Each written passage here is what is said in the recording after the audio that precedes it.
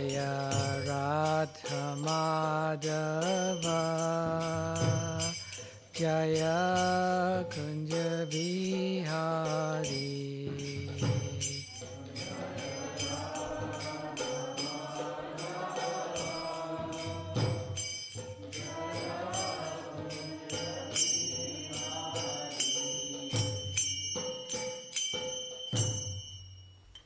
Shri Radha Gokulananda Ki Jai, Shri Sitaram Lakshman Hanuman Ki Jai, Shri Gaur Nitai Ki Jai, Srila Prabhupada Ki Jai, Nitai Gaura Premanande Hare Hare Bol.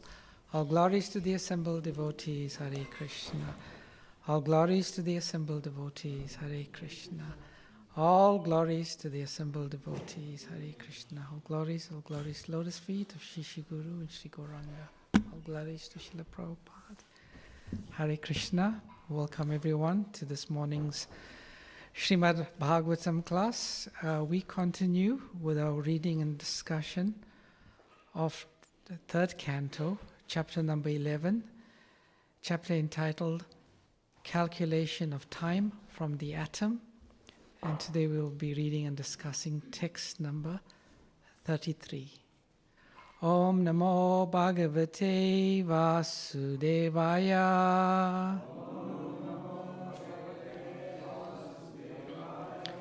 Om Namo Bhagavate Vasudevaya.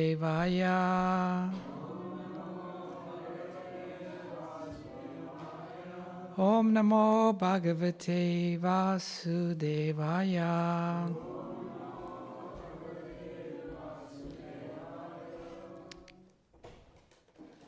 Evam vidaya horatre Kala gatyo palakshitahai Apakshitam ivashyapi Paramayu vayashatam Evam vidaya horatre Kala gatyo palakshitai Apakshitam ivaksyapi Paramayor vayashatam Evam vidaya horatre Kala gatyo palakshitai Apakshitam ivasyapi Paramayo vayashatam.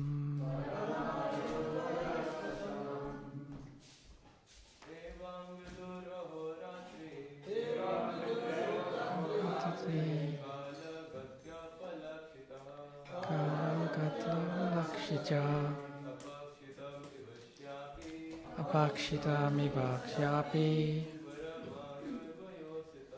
Paramaya vayashatam Evam vidara horatre Kalagato lakshatai Apakshitami vaksyapi Paramaya vayash. Matajis.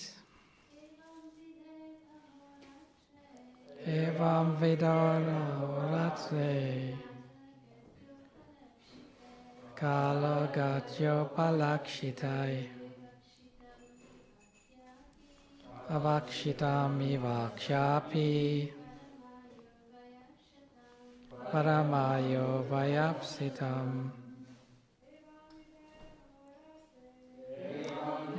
Prahoratre Kala gatyo palakshitai Apakshitami vaksyapi Paramayo vakshitam. Evam, thus, vidai, by the process of aha, days, ratre, by night, kala gatya, advancement of time, upalakshitai, by such symptoms, apakshitam, declined, eva, just like, asya, his, api, although, parama ayo, duration of life, vaya, years, satam, 100. Translation and purport by Srila Prabhupada ki jai. Thus the process of the exhaustion of the duration of life exists for every one of the living beings, including Lord Brahma. One's life endures for only 100 years in terms of the times in the different planets. Please repeat after me. Thus the process of the exhaustion of the duration of life exists for every one of the living beings, including Lord Brahma. One's life endures for only 100 years in terms of the times in the different planets. Purport. Every living being lives for 100 years in terms of the times in the different planets for different entities. These 100 years of life are not equal in every case. The longest duration of 100 years belongs to Brahma. But although the life of Brahma is very long, it expires in the due course of time. Brahma is also afraid of his death, and thus he performs devotional service to the Lord, just to release himself from the clutches of illusory energy. Animals, of course, have no sense of responsibility. But even human beings who have developed a sense of responsibility while away their valuable time without engaging in devotional service to the Lord. They live merrily, unafraid of impending death. This is the madness of human society. The madman has no responsibility in life.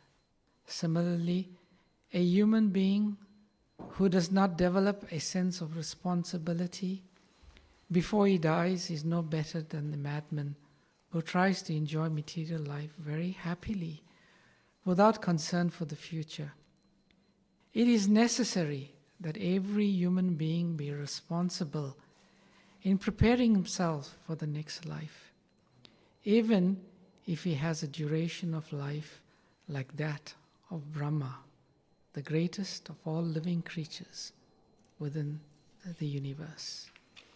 Om Jnanaatimirandasya Gyananjana Shalakaya Chakshurunmalitam Yena Tasmai Shri Gurave Namaha Vanchakalpatarubhyascha Kripasindubhyevacha Patitanam Pavanebhyo Vaishnavebhyo Namo Namaha.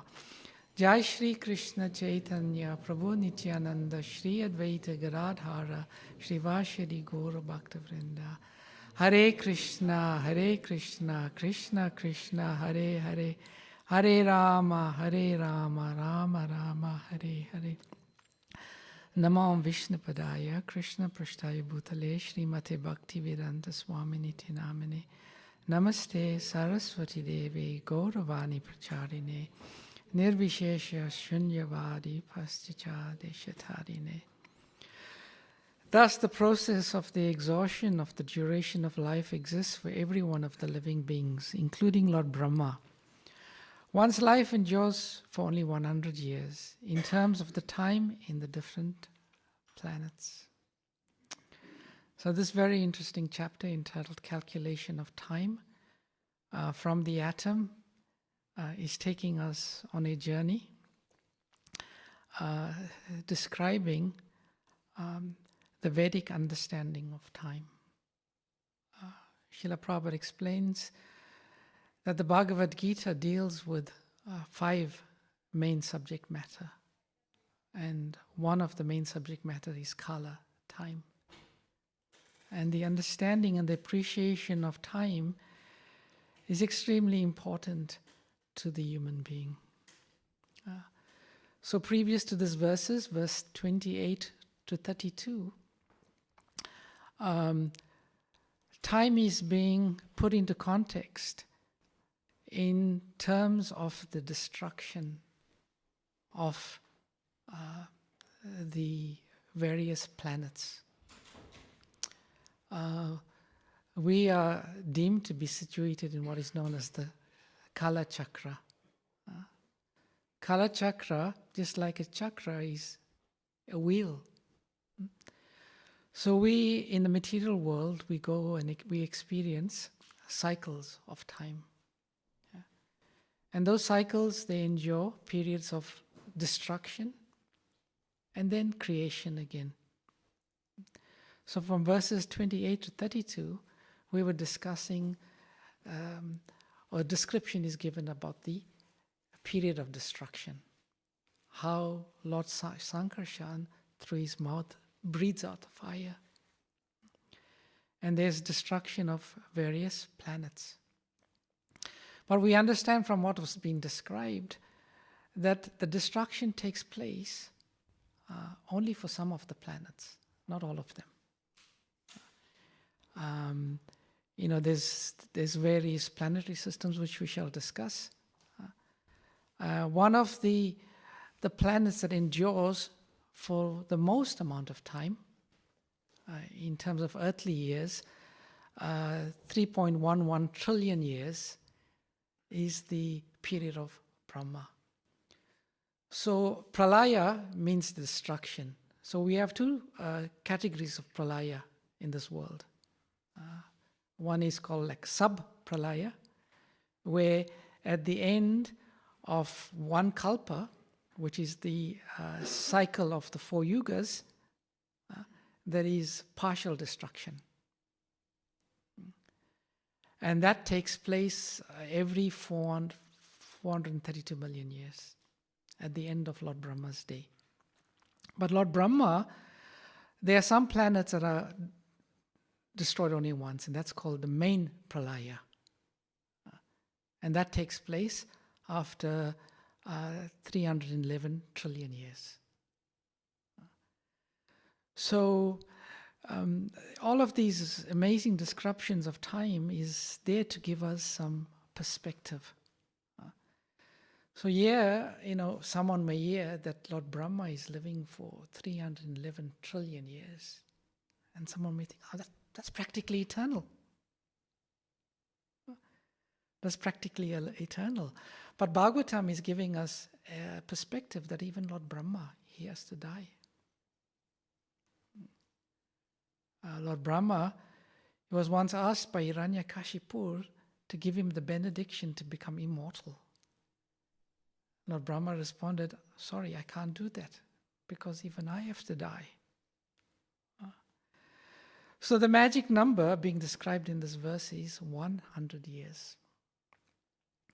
So Lord Brahma lives for 100 years. But his 100 years is different, or these 100 years are experienced differently in different spheres of time. Srila Vishwanath Chakravarti Thakur, he states or elaborates that there are 8 characteristics of time. I don't want to go through all of them, but they are very interesting. But one of the characteristics of time he mentions is that time varies according to context. And the Sanskrit term he gives is Vishesha Kala Vyavasta. The time varies according to context, essentially meaning that different living entities, dependent where they are situated in the material sphere, experiences time differently. So we understand that in the material sphere there are various planets and various planetary systems. We are situated in the planet called Earth, Bhuloka. And above Earth there is Bhuvarloka, then there's Swaloka, Swargaloka, also called Swaloka or Indraloka, that's the heavenly planets. Above that is Maharloka, above that is Janaloka, is above that is Tapaloka, and above that is Satyaloka. So in yesterday's class, there were some descriptions about the destruction and how the sages, when they experience the extreme heat that is experienced at the time of destruction, they move up. Who was here in yesterday's class? So which planet they move up to? Was yesterday? Janaloka. Yeah. So Bhuloka is 100 earthly years is experienced. Then there's Bhuvarloka, Swargaloka, Maharloka, Janaloka, Tapaloka, and then Satyaloka. And then going down, there's this Atalaloka, Vitalaloka, Sutala, Talatala, Mahatala, Rasatala, and Patala. These are the lower planetary systems. And we are right in the middle. Right in the middle. So it's interesting to see how the 100 years are experienced in the various planets. So just to give some perspective, we won't go into too much detail. It is explained that the relative to Swargaloka, which is the heavenly planets. So there, the duration of life, 100 years is equivalent to 36 million human years. So in the heavenly planets, they live for 36 million years relative to our period. And,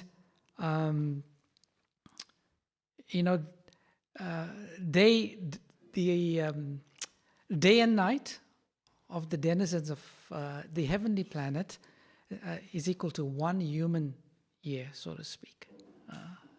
So we can work it out.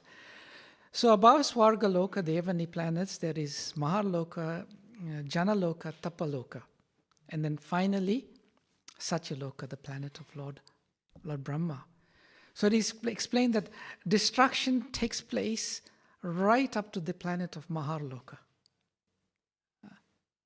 Everything above that doesn't experience the sub-pralaya. Everything above that they experience the full pralaya. So Janaloka, Tapaloka, and Satyaloka, the lifetime there is 311 trillion years. So who lives in Janaloka and Tapaloka? They have the same lifespans practically as the denizens of Satyaloka. And these are the great sages and rishis. As it was being explained yesterday, some of the sages, when they're feeling the heat, they can't take the heat, so they move up.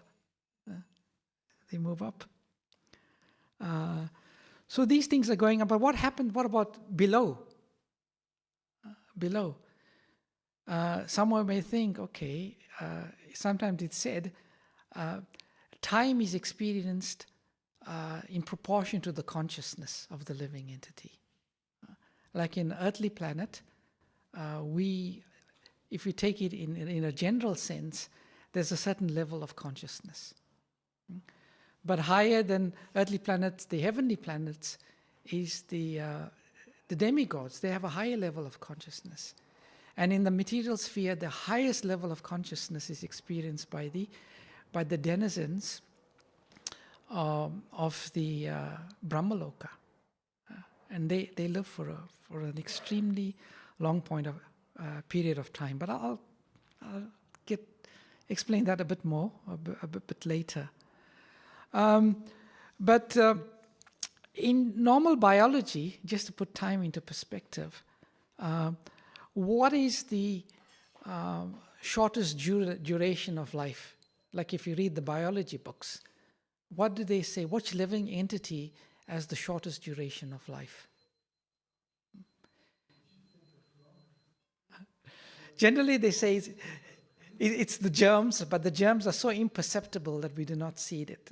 So they do not really know how much the germs last. But it says germs last a very short period of time. But in terms of living beings that they can go see under the microscope, there's a living entity that's called the mayfly, Hepimera Tim or something. That's the biological name. Those living entities, they live only for around 5 minutes. So they come into existence. It is said they do not even eat or sleep. They come into existence, they mate, and then they die.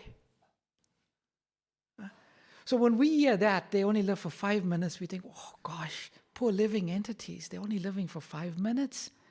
What can you do in 5 minutes? They don't even eat or sleep. They just die. So the denizens in Brahmaloka, experiencing 311 trillion years, they look at us in the earthly planet. This verse is saying earthly planet is 100 years. But if you do some research, what is the average age on earthly planet at the moment? Anyone knows? 74.36. That's currently the average. It varies depending on which area of Earth we live in. Some, like in Japan, they live very healthy lifestyles. They may go up to 80, 84, In Africa, where there's a lot of poverty, it may go up. But on average, it's about 74 years. And we know that that's going to decrease as Kali Yuga progresses. We are just into the beginning of Kali Yuga. So, for the denizens of Brahmaloka, it's like we living in a flash. But one thing is a common experience across the entire sphere. Whether you're a human being, whether you're a denizen of the heavenly planets or, Tapaloka, the fear of death is there. In the purport, Srila Prabhupada explains that Lord Brahma, he's afraid of death. And how does he overcome this fear? What does Prabhupada say in the purport? How does Brahma overcome his fear of death? He engages in devotional service. Yes. Because devotional service is the only process. It's the only process by which one can eradicate this fear of death. One can become completely and utterly fearless. Because by the process of devotional service, one comes to understand in truth what one's true nature is. We see in the example of Parikshit Maharaj. He knew he was going to die in 7 days.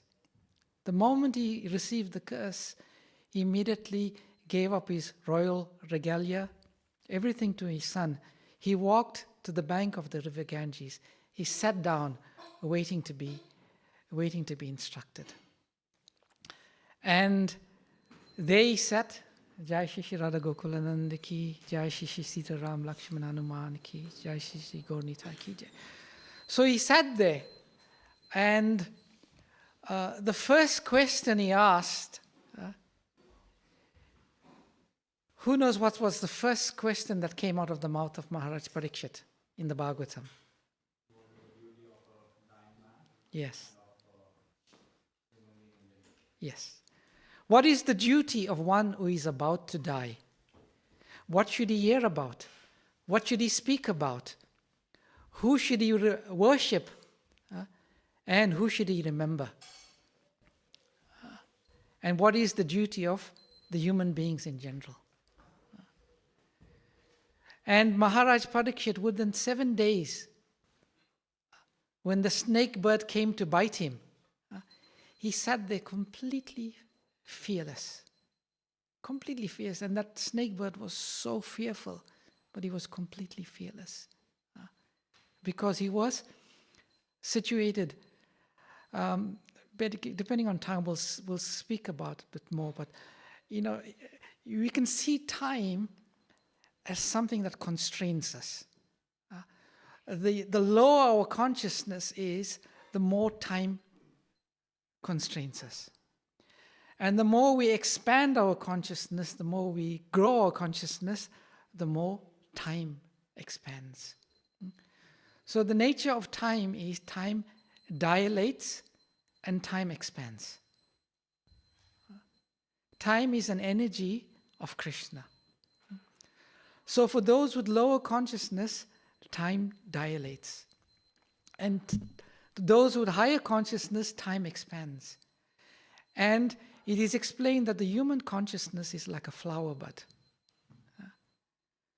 So a flower bud has the potential to open up and completely bloom into a fragrant flower.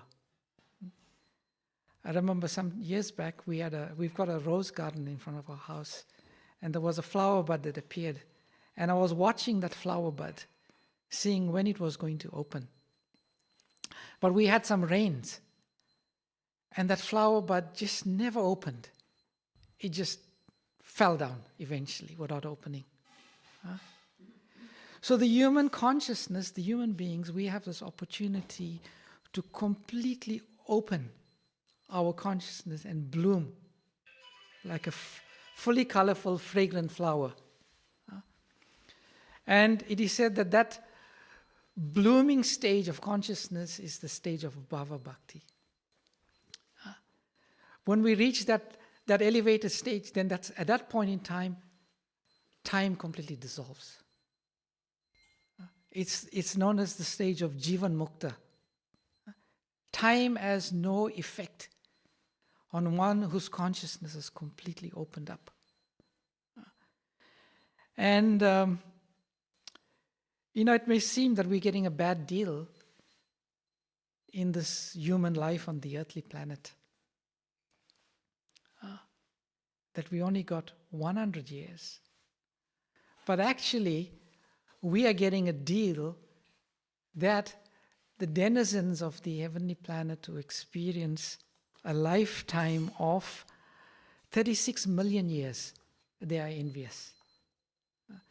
In the Srimad Bhagavatam, in the first canto, there's an interesting chapter there. I think it's chapter number 9, describing the denizens of Jambudvip.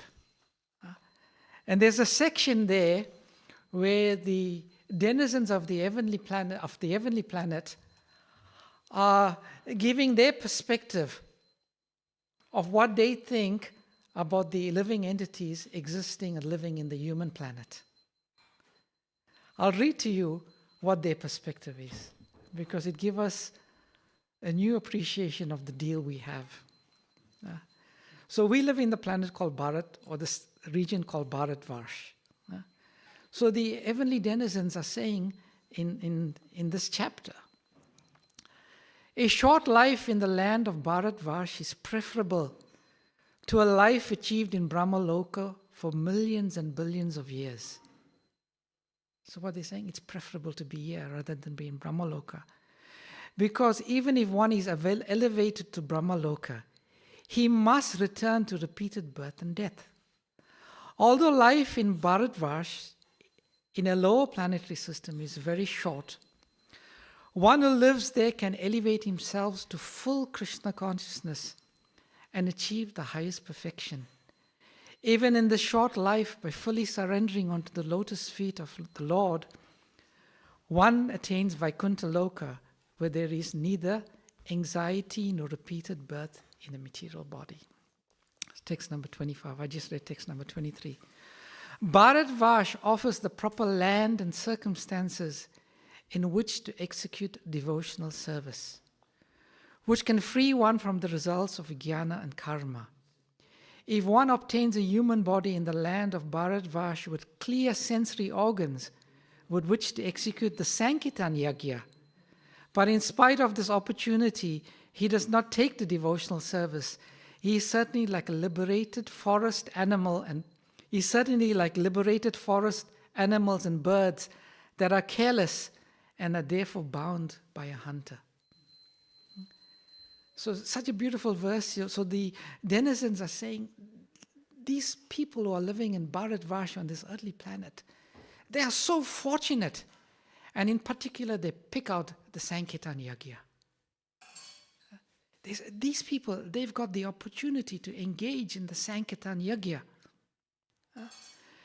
And those who get this opportunity, but in spite of getting this opportunity, they do not take this opportunity. They are simply like liberated forest animals and birds. Sometimes we get caged animals and we get caged birds. And then we get liberated birds and liberated animals in the forest. They can roam about and they can act as they want. But one who gets this opportunity has been given currently, but doesn't take it up to its full extent.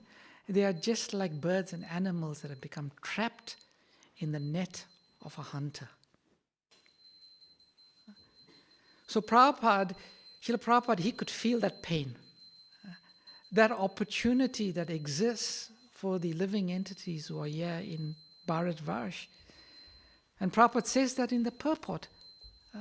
They are whiling their time away. They are simply whiling their time away, not taking use of this opportunity. The animals can't. They cannot. An animal cannot expand its consciousness. The animal's consciousness can only function within the realm of eating, sleeping, and mating and defending. But the human being can expand its consciousness beyond these four activities. And Prabhupada is saying human beings must act with responsibility.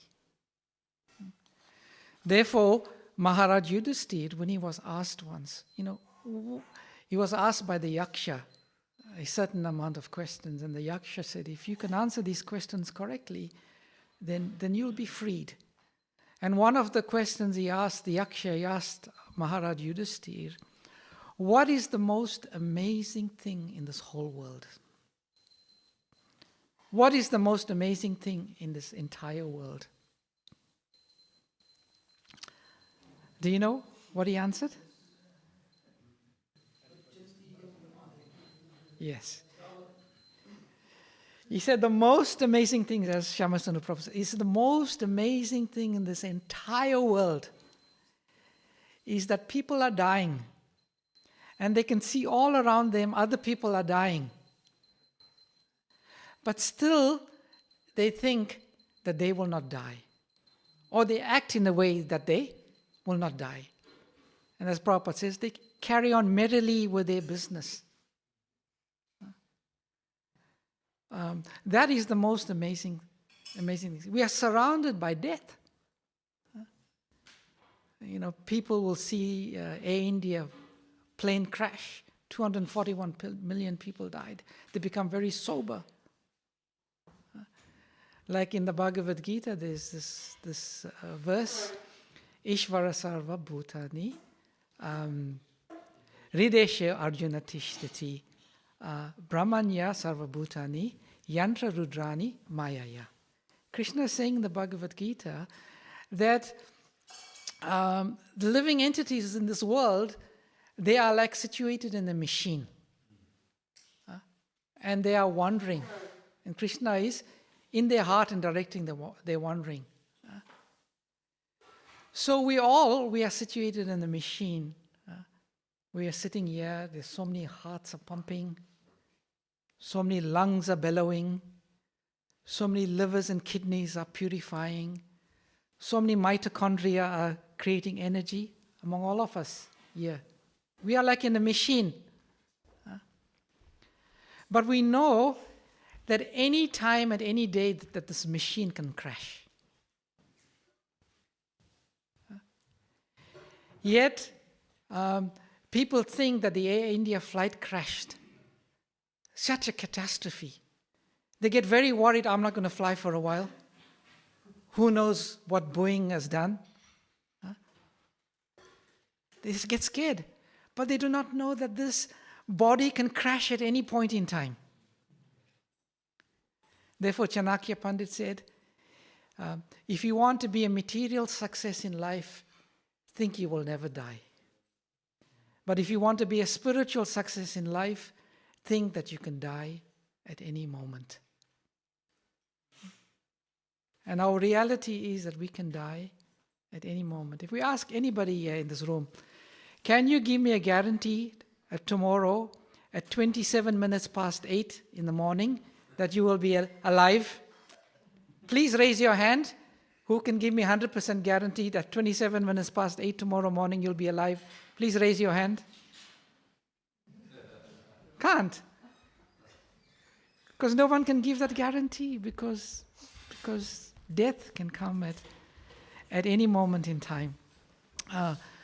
So therefore, Shukadev Goswami in the Srimad Bhagavatam, he says, Kim pramatasya bhaubir porakshay ayanair hiha varam muhurtam viditam gatate shreyasya yataha. He says, what is the value of a prolonged life which is wasted, inexperienced by years in this world?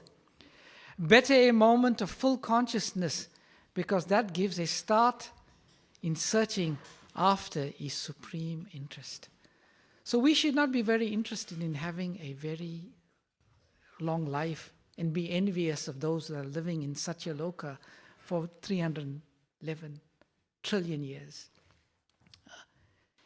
Even a moment in full consciousness is more valuable than a life of 311 trillion years. So Shukadev Goswami, he says that, and a few verses after that, he gives the example of one person who perfected his life in a moment. Sometimes you'll hear in the lectures, someone asks Srila Prabhupada, how long does it take one to become Krishna conscious? And what is Prabhupada's answer? 1 moment. Prabhupada says, just 1 moment you can become fully Krishna conscious. So Shukadev Goswami gives the example of Maharaj Katvanga, who realized his situation, and at 1 moment, at the very fag end of his life, he became Krishna conscious. So time, we've been discussing so many aspects of time. Truti is 133,000.125 fraction of a second. Atomic time is the time it takes the sun to pass over one atom, and that's pramanu. And then we hear about prana. How long is prana? 4 seconds. So he said, generally, when we breathe in, it's 4 seconds. We breathe out, it's 4 seconds. So our life is defined by the number of breaths we take. It's defined. The moment we are born, we are allocated so many prana.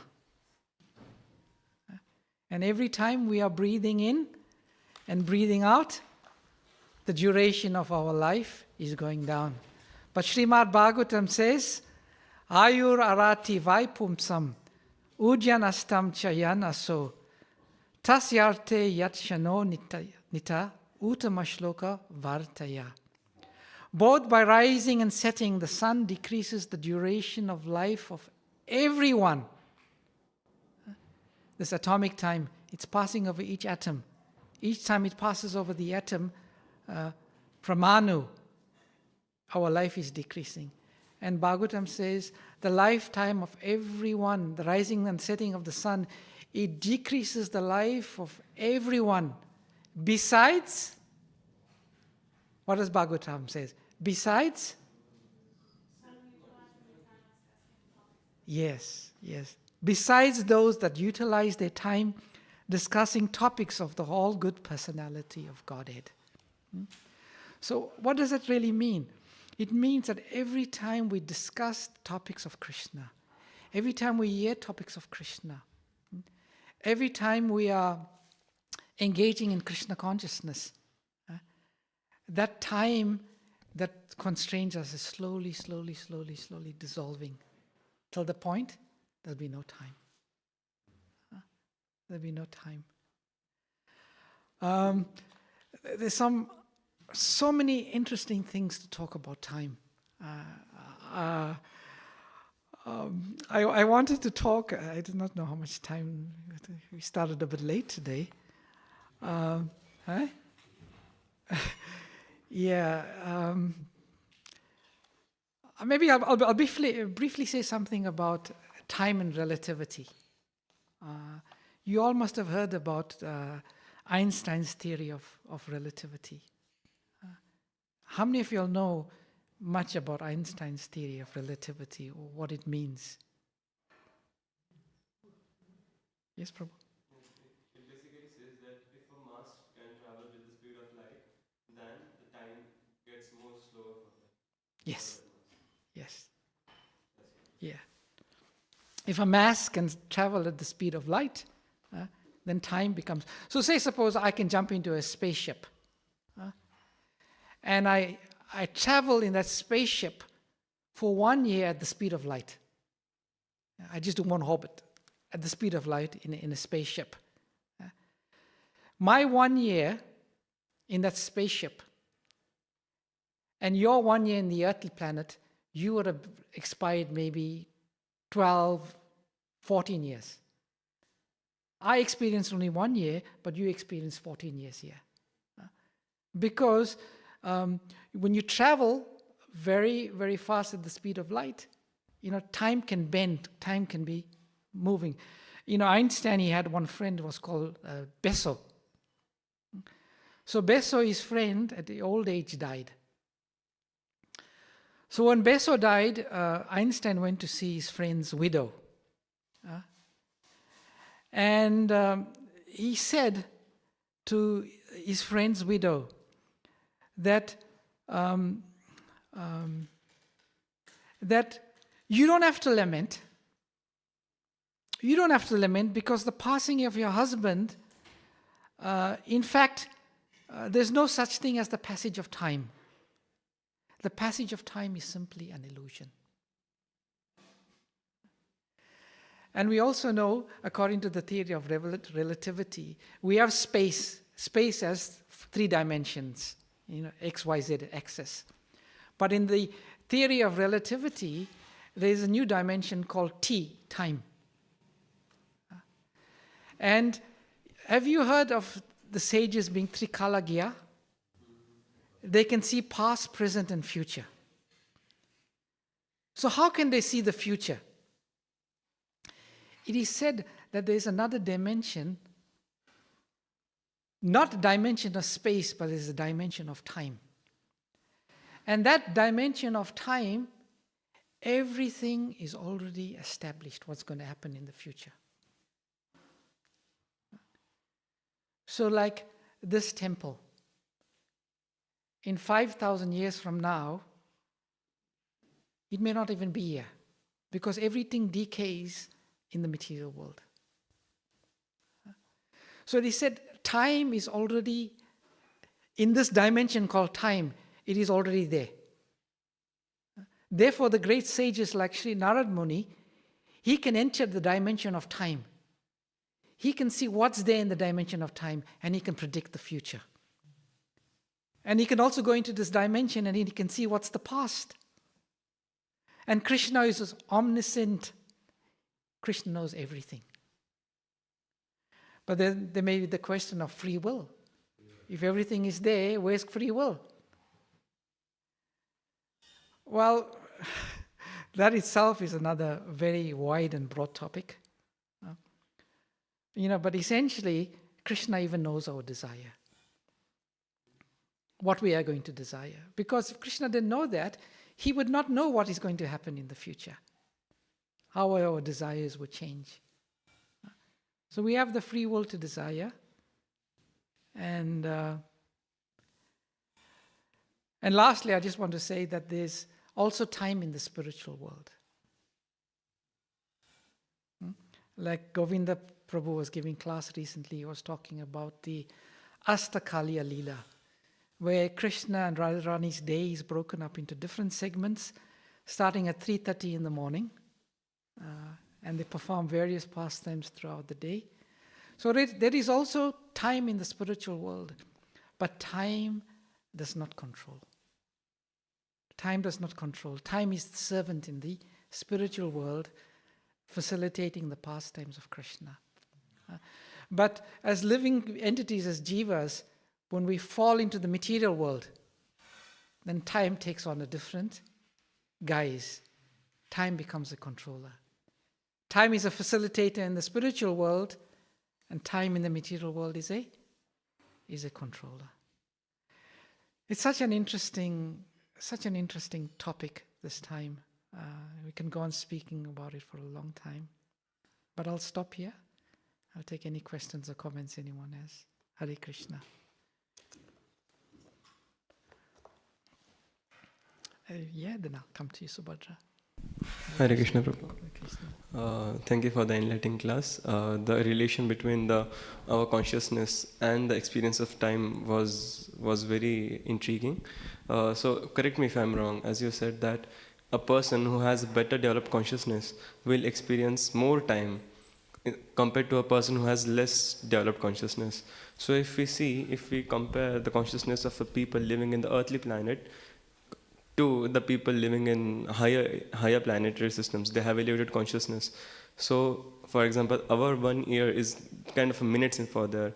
But if we compare to the lower planetary systems, they experience actually more time than us, because if they're 10,000 years in the lower planetary system will be like just a day in earthly planetary system. So, in this sense, isn't it the person who has elevated consciousness experience time faster instead of more time than that of lower, less developed consciousness? Because people who are suffering in lower planetary system, they have lower developed consciousness, but they experience more time. It's not like it's more time; they experience time slower than that of. It's just a thought. Please correct me if I'm wrong. Yeah, that's very true. One of the first symptoms of bhava bhakti that Srila Rupa Goswami mentions in the Nectar of Devotion is what? Avaktya kalartam. He says the very first symptom, or characteristic of bhava bhakti is avaktya kalartam. It means that one who is at the stage of bhava bhakti is very, very conscious of their time. Very, very conscious of their time. Like even Srila Prabhupada, he would say that now that I'm going to take rest, I'm going to waste my time. So depending on one's consciousness, one perceives time. And as you were mentioning, one may think that if this is true levels of consciousness, the lower planetary systems, their time must be very short. But no, it is said, they live for tens of thousands of even millions of years. But their consciousness is so much in sense gratification, it is perceived, differently. So yeah, what you're saying is true, Prabhu. It is. Did you have a question related to that? Just a comment. Actually, that was the question. So is it the time is they experience more time, or they experience time faster? The one with the developed consciousness. The one in the developed consciousness. If you look at what I'm saying about bhava bhakti, it's not more or less. It's how they perceive time to be used. It's the perception of the value of time. The value of time. Hare Krishna. Thank you, Prabhu. Subhadra, you got a question or comment?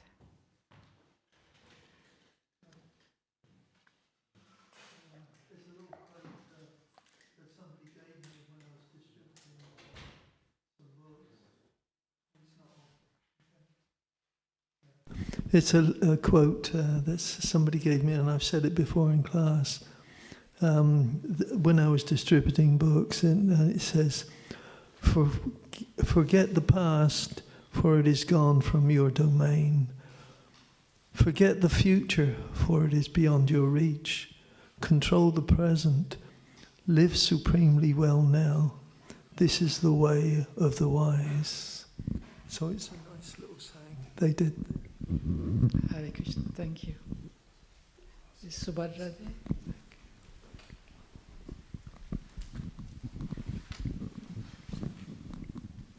Hare Krishna. As far as I understood, you were saying that somebody who has a purified consciousness, they don't experience the passage of time. So I wanted to know what are the symptoms of somebody who doesn't experience the passage of time? Because generally we think of the passage of time, seeing like when you get old, then you see like the effect of time on your body and things like that. Sorry, I didn't quite grasp your question. So what is the question? What are the symptoms of somebody who doesn't experience the passage of time? Oh, what is the symptoms of one who doesn't experience the passage of time?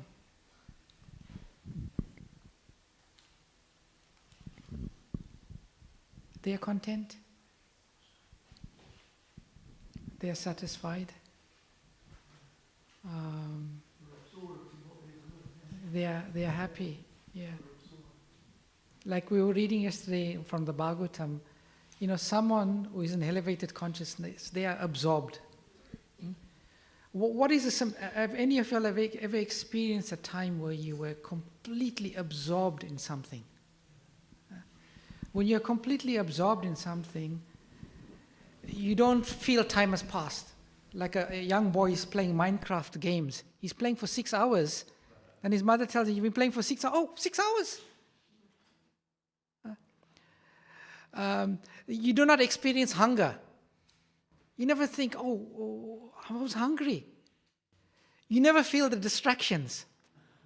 You're completely in the zone that is absorbed. So one who is completely absorbed in Krishna consciousness, completely absorbed in thoughts of Krishna or hearing about Krishna, they don't feel hunger. Like Maharaj Parikshit, he was hearing for 7 days. He was not feeling hunger and thirst. They don't experience the passage of time. Time is just a blur.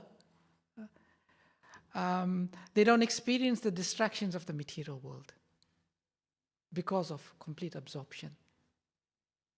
We were reading yesterday from the 3rd canto about the residents of Vaikuntha that are flying in the aeroplane. And in this aeroplane, there are men and women. And the women are very beautiful with smiles and wide hips, Bhagavatam is describing. But the men are completely unagitated. And Bhagavatam is saying, why? Because they were completely absorbed in thoughts of the Lord.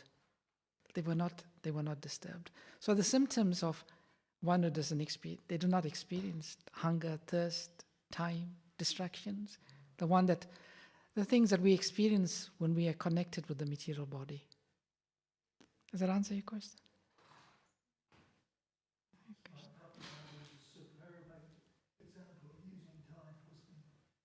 Sorry? Oh, yes.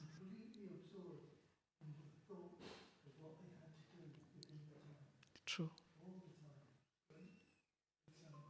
True. There's one question here, and then there.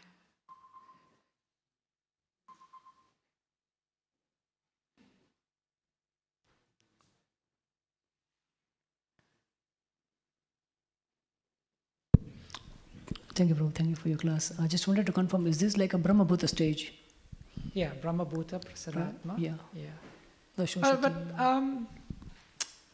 Brahma Bhuta stage is generally when, we experience being in the state of ourselves as Paramatma. But the devotees who are higher than just Brahma Bhuta state, they are completely, Brahma Bhuta is you're realizing your spirit.